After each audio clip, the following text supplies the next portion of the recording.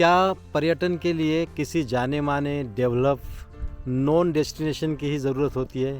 क्या हम किसी ऐसी जगह को पर्यटन करके उसको बढ़ावा नहीं दे सकते जो कि अननोन अनक्राउडेड डेस्टिनेशन हो, जो कि भीड़ भाड़ से दूर हो?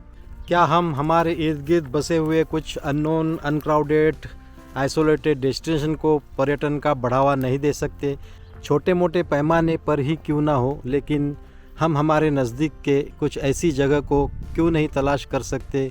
ऐसी जगह एक्सप्लोर करने की भी मज़ा कुछ अलग ही होती है। हमारे इर्द गिर्द ऐसी काफ़ी जगह हो सकती है जो इतिहास के पन्नों पे तो दर्ज है, लेकिन कई हकीकत में उसे हम लोग भूल चुके हैं। तो हम ऐसी जगहों को फिर हमारे पर्यटन के नक्शे पे लाकर हम वहाँ पे एक्सप्लोर करके उत्सुकता भरे पिकनिक वहाँ पे मनाने के लिए हम जा सकते हैं। और एक बजट ट्रिप्स, बजटेड पिकनिक्स, छोटी मोटी खर्चे में हम उन जगह को तलाश करके वहाँ का जो भी इतिहास जो भी है, जो बीती हुई चीज़ें हैं, उसको हम एक्सप्लोर करके हम फिर से लोगों में हम शेयर कर सकते हैं। वहाँ का जो कुछ माहौल है वो हम एंजॉय करके अपने फैमिली के साथ, अपने फ्रेंड्स के साथ वहाँ पे भी हम एक अच्छी तरह कुछ समय बिताकर अपने ट्रिप्स को एंजॉय कर सकते हैं, ऐसा हमें लगता है। और शुरुआत करनी होती हमें हम अपनों से ही। तो welcome back to the channel explore to uncover में आप सभी का स्वागत करते हैं। और आज का डेस्टिनेशन हमने जो चूज़ किया है वो ऐसा ही एक आइसोलेटेड, अनक्राउडेड, अननोन डेस्टिनेशन है, लेकिन जिसका इतिहास कुछ और भी कहता है और इतिहास के पन्नों में उनकी बातें भी लिखी गई है, जिनको हम एक्सप्लोर करके आपके साथ शेयर करने की कोशिश कर रहे हैं। ये एक ऐसा डेस्टिनेशन है जो नदी के किनारे बसा हुआ है। आप देख सकते हो ये जो नदी आपके सामने दिखाई दे रही है ये है वर्धा नदी, वरदायिनी, जिसका नाम इतिहास के पन्नों में दिखाई देता है, पढ़ा जा सकता है। तो आज के दौर पे इसको वर्धा नदी के नाम से जाना जाता है। और ये जो जगह है ये पोटी ग्राम करके वर्धा डिस्ट्रिक्ट में हिंगनघाट तहसील में बसा हुआ एक छोटा सा गांव है। ये सैकड़ों साल पुराना मंदिर है। करीबन जो वालुकामय स्ट्रक्चर होता है आप देख सकते हो, ओरिजिनली इसको जो पत्थर है वो वालुकामय पत्थर है, जो बेसिकली उसको भी रिनोवेट करके थोड़ा सा उसको नई लुक देने की कोशिश किया जा रहा है, जो डेवलपमेंट अभी हो रहा है। महाभारत कालीन या सैकड़ों साल पुराना हेमाड़पंथी बहामनी के काल का बताया जाता है। पिकनिक के लिए आ सकते हैं अपने फैमिली फ्रेंड्स के साथ। इमली का पेड़, इमली के पेड़ यहाँ पे बहुत ज़्यादा दिखाई दे रहे हैं, देख सकते हो इमलियाँ लगी हुई है। श्रीमती जी इमलियाँ तोड़ने में व्यस्त हो गई है। गांव की झलक, ग्रामीण भागों की झलक सामने दिखाई दे रही है।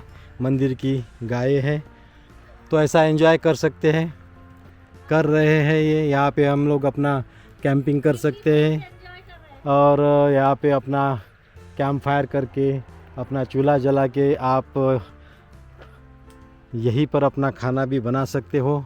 कुछ डेवलपमेंट होने जा रहा है। ये पर्यटन क्षेत्र में आता है। पर्यटन विभाग ने इसको का दर्जा दिया हुआ है अभी फ़िलहाल। तो ऐसे अनगिनत जगह अपने हिंदुस्तान में, अपने इर्द गिर्द आप जहाँ भी रहते हो वहाँ के आसपास ज़रूर होंगे, जिसको एक्सप्लोर करके आप जो लोग इसमें इंटरेस्ट रखते हैं उनके साथ शेयर कर सकते हो।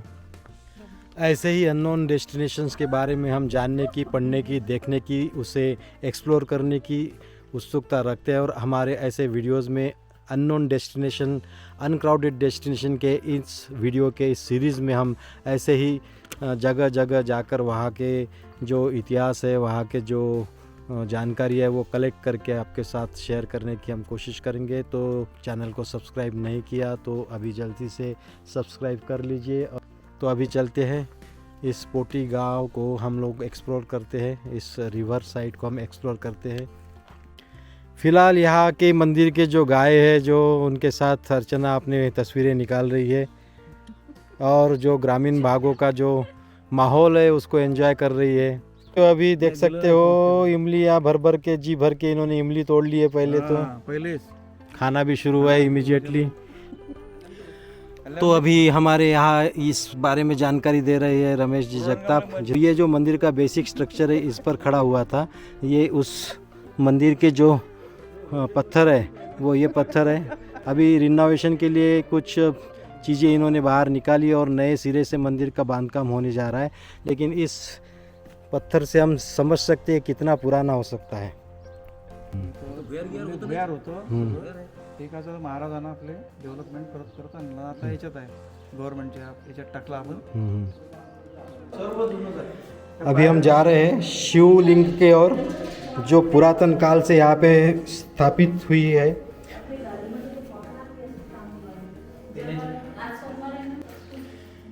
तो ये जो शिवलिंग है ये सैकड़ों साल पुराना है। यहाँ पे जो ओरिजिनली बेसिकली जो मंदिर था करीबन 5000 साल पहले का बताया जाता है। यादवकालीन कंस्ट्रक्शन है, यादवकालीन ये मंदिर है। तो यहाँ पे हम देख सकते हैं ये शिवलिंग सुंदर सा। अभी इसका हालांकि रिनोवेशन हो चुका है, टाइल्स लगी है, टाइल्स का और डेवलपमेंट का काम शुरू है। अभी यहाँ पे कर लेते हैं दर्शन पूजा और फिर और आगे आपको दिखाते हैं।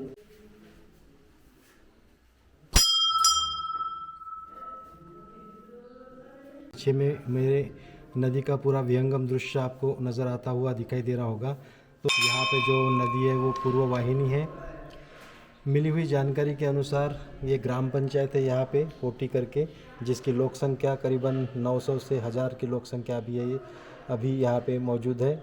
गांव का और लोगों का जो मुख्य प्रोफेशन है, जो काम काज है, वो खेती बाड़ी पे निर्भर होता है। और कुछ यहाँ पे भोई लोग हैं जो कि जिनका कि उधर निर्वाह जो होता है वो नदी के जलचर जो प्रोडक्ट है उन पे होता है। बाकी ज़्यादा तौर पर खेती बाड़ी करते। जो पॉपुलेशन है जो 80% एजुकेटेड पॉपुलेशन है, और ज़्यादातर यहाँ से जो पढ़े लिखे लड़के हैं वो नवयुवक है जो वो नौकरी काम धंधा के लिए यहाँ से गांव को छोड़कर वर्धा, नागपुर, बॉम्बे इस तरह बड़े सिटियों में उनका माइग्रेशन हो चुका है। लेकिन अपनी खेती बाड़ी के लिए वो यहाँ पे आना जाना करते ही है। गांव छोटे हो रहे हैं, ओस पड़ रहे हैं। गांव से मुख्यतः युवा पीढ़ी का पलायन ज़्यादा से ज़्यादा शहरों की तरफ हो रहा है और शहर बढ़ते ही जा रहे हैं। लेकिन ये भी चीज़ ठीक है, एजुकेशन करियर के काम के लिए जाना ही होता है, वो ज़रूरी भी है।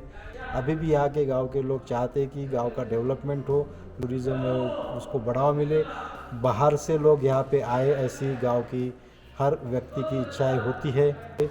जो यात्रा भरती है तो सारे जो गांव वाले जो बाहर रहते वो एक बार तो भी साल में यहाँ गांव में आते ही है। तो अभी आने वाले कुछ ही दिनों में यहाँ पे यात्रा का माहौल होने वाला है। हमारे साथ अभी इस वक्त गांव के माजी सरपंच हैं जो कि हमारे मित्र हैं रमेश जी जगताप। उनसे हम कुछ बातें और जानने की कोशिश करेंगे। श्री राजराजेश्वर महादेव मंदिर संस्थान कोटी इस नाम से इस मंदिर का प्रस्तावित बांधकाम शुरू है। इसको रेंगी बोलते, रेंगी ट्रांसपोर्ट का एक माध्यम साधन है। ये बुलक कार्ट अलग, ये रेंगी बोलते, बुलक कार्ट की छोटी सिस्टर ऐसा कह सकते। मंदिर में जो अभी केयर टेकर करके काम कर रहे हैं या फिर ये मंदिर का जो संस्थान है पूरा जिनके भरोसे पे चल रहा है और जिन्होंने इसका डेवलपमेंट किया है वो है विजय मोरे महाराज, जो कि यहाँ पे उनका निवास स्थान है, यहाँ पे वो रहते हैं। कब से आप इस गांव में रहते हो, रहवासी हो इस गांव के? हमारे पूर्वज यहाँ पे रहने वाले थे 600 साल पहले से। तो कहाँ से आई है ये? वैसे सोलापुर डिस्ट्रिक्ट मंगलवेढ़ा से। मेरे 5-6 घर है अभी। जैसे अगर कोई आता है यहाँ पे कैंपिंग करता है, रहता है गांव में आकर, कहीं फैमिली वगैरह आती है कहीं से, तो उनको कोई तकलीफ जाती है? नहीं, कुछ भी तकलीफ नहीं है। लगे तो उनको यानी लोग साथ देते हैं और पूरा का पूरा सपोर्ट करते हैं। कोऑपरेटिव है हमारे लोग, कोऑपरेटिव लोग कोई आपस में कुछ ज़्यादा कुछ भी नहीं है, झगड़े वगैरह ऐसा कुछ भी नहीं है। महाराज मोरे है, उनका नाम मोरे है, वो देशमुख है वैसे। वो कलम के पास डिस्ट्रिक्ट यवतमाल के पास उनका गांव है। वो भी जमींदार आदमी थे। तो 20-25 साल से यहाँ पे आए हैं मंदिर में। यानी पहले मंदिर ऐसा अनअटेंडेड था, छोटा सा मंदिर पुरान काल से। तो ये महाराज आ गए 20-25 साल पहले पहले और उनके बाद यहाँ पे उनका डेवलपमेंट होना डेवलपमेंट शुरू हो हुआ। गया। से मालूम हुआ कि यहाँ पे भी संतों के बहुत चरण लगे, चरण स्पर्श हो गए काफ़ी संतों के। तो कौन कौन यहाँ पे आकर गए हैं यहाँ पे? यहाँ पे सबसे पहले तो एकनाथ महाराज यानी महाराष्ट्र के फेमस संत है एकनाथ महाराज, एकनाथ महाराज, वो भी यहाँ पे है। वो यहाँ पे आए थे। उनका वहाँ पे एक अध्याय लिखा है गांव में, ये पड़ोस का गांव है बारा, वहाँ पे वो रुके थे कुछ देर के लिए। और उसके बाद मीरा साहब बुआ नाम के कुछ हमारे पिताजी और दादाजी जानते थे, उस समय आए थे। उसके बाद ये महाराज आए, इनके पहले 2-4 महाराज आए यहाँ पे आए थे, उनका शायद मेरे को नाम नहीं मालूम। और उसके बाद मूसाजी महाराज देवस्थान गांव में ही है, वहाँ पे नरेंद्र स्वामी नाम से एक महाराज आए थे नासिक से, वो यहाँ पर उनका देहावसन हो गया। अच्छा, तो उनकी समाधि है यहाँ पे? वहाँ पे समाधि भी है। अच्छा अच्छा। लेफ्ट किनारे पे पूरे के पूरे महादेव के मंदिर, महादेव यानी जहाँ से वर्धा नदी शुरू होती है वहाँ से हम जानते हैं कि नदी के किनारे महादेव के काफी तौर पर मंदिर है हर जगह जगह गाँव में। लेफ्ट साइड में ज्यादातर मंदिर यादवकालीन काल से है। गुड। मेरे पीछे गांव के कुछ चरवाहे अपनी बकरियों को, भेड़ को लाके चराने के लिए यहाँ पे नदी के बेड़ में लेके आए हैं और वो हमारे घर के फैमिली मेम्बर्स उधर घूम फिर के एंजॉय कर रहे हैं अपना समय यहाँ के वातावरण में, यहाँ की वादियों में, यहाँ के शांति भरे माहौल में अपना देकर एंजॉय कर रही है, अपने आप को सुरक्षित महसूस करके बिंदास यहाँ पे घूम रही है। पीछे जो कि मंदिर है वो तो देख सकते हो कि ऐसे छोटी छोटी जगह अपने इर्द गिर्द में ही काफ़ी सारी होंगी जिसे हमें एक्सप्लोर करने की ज़रूरत है। कोई नॉन और फेमस डेस्टिनेशन पे ही जाने की ज़रूरत नहीं है हर वक्त। अभी आने वाले कुछ दिनों में यानी महाशिवरात्रि के दिन यहाँ पे बड़े पैमाने पे एक मेला लगता है जिस चिंताओं से मुक्त होकर यहाँ पे बिताते हैं। श्रद्धा का होना इसीलिए ज़रूरी है कि अपनी जो चिंता है हम ऐसी जगह पे आके, हम मंदिरों में भी क्यों जाते हैं तो मेन तो यही होता है कि हमारी जो चिंताएं हो, हमारी जो टेंशन्स, हमारे रोज़मर्रा की जो तकलीफ़ है वो वहाँ जाके अपने आप ही दूर हो जाती है। यही एक ताकत है ईश्वर की, यही एक स्पिरिचुअल धर्म शास्त्र और श्रद्धा की ताकत है। यह भी यहाँ पे नदी में कुछ नदी की चीज़ों को कलेक्ट कर रहे हैं, अभी उसमें भी अपना एंजॉय कर रहे हैं। और ये जो है दिखाई दे रहा है पथरीला रास्ता, ये यहाँ पे टेम्प्ररी रास्ता जो बनाया गया है वो उस साइड जाने के लिए या फिर गाड़ी को किसी तरह से ले जाने के लिए। बारिश के दिनों में तो संभव ही नहीं है, ये पूरा पानी से भरा हुआ रहता है, बाढ़ रहती है पूरा। लेकिन ये गर्मी के सीज़न में ठीक है कि यहाँ से अपन उस साइड अगर जाना है तो एक में वो ये रास्ता है, अदरवाइज़ हमें 10-15 किलोमीटर का राउंड अबाउट लेके ब्रिज बना है वहाँ से जाना पड़ता है।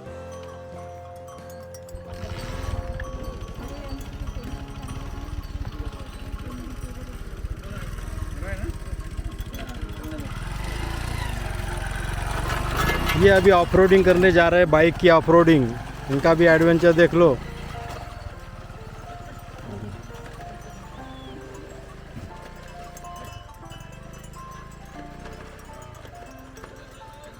ऑफ स्क्रीन स्टंटमैन है।